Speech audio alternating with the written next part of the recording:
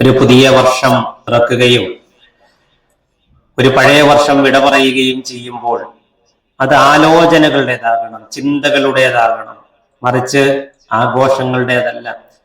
ഒരു പുതിയ വർഷം പിറക്കുമ്പോൾ അതൊരു ഹിജറ വർഷമാണെങ്കിൽ പോലും ഏതെങ്കിലും നിലയ്ക്കുള്ള ഒരാഘോഷം റസൂലുള്ളാഹി പറഞ്ഞിട്ടില്ല. മറിച്ച് ഓരോ മാസം പിറക്കുമ്പോഴും, മുഹറം ഹിജറ വർഷം ആദ്യ മാസമാണ്, ഓരോ മാസം പിറക്കുമ്പോഴും പ്രാർത്ഥനയാണ് പഠിപ്പിച്ചത്. അല്ലാഹുമ്മ അഹില്ലഹു അലൈനാ ബിൽ അംനി വൽ ഈമാനി വസ്സലാമതി വൽ ഇസ്ലാമി റബ്ബി വറബ്ബുക അല്ലാഹ്. അല്ലാഹുവേ, സുരക്ഷയുടെ, സമാധാനത്തിന്റെ, നിർഭയത്വത്തിന്റെ മാസമാക്കി ഈ ഹിലാലിനെ ഞങ്ങൾക്കിടയിൽ നിന്ന് ഈ ഉദിപ്പിക്കണമേ എന്ന പ്രാർത്ഥനയാണ് റസൂലുള്ളാഹി സ്വല്ലല്ലാഹി അലൈഹി വസല്ലം പഠിപ്പിച്ചിട്ടുള്ളത്.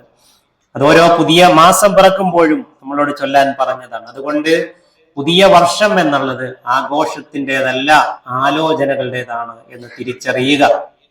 നമുക്കറിയാം, നമ്മുടെ നാട്ടിലൊക്കെ ലോകത്തെമ്പാടും പുതിയ വർഷം പിറക്കാൻ പോവാണല്ലോ.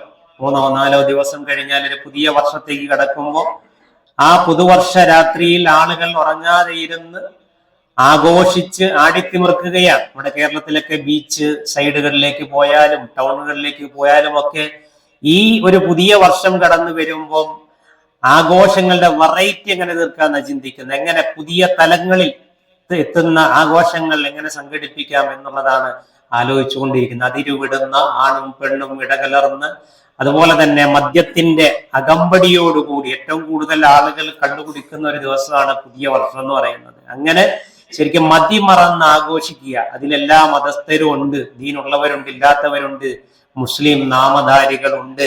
അല്ലാഹു സുബ്ഹാനഹു വ തആല അത്തരം മതിമറന്ന സമീപനങ്ങളിൽ നിന്നും നിലപാടുകളിൽ നിന്നും നമ്മളെയെല്ലാം കാത്തുരക്ഷിക്കുമാറാവട്ടെ.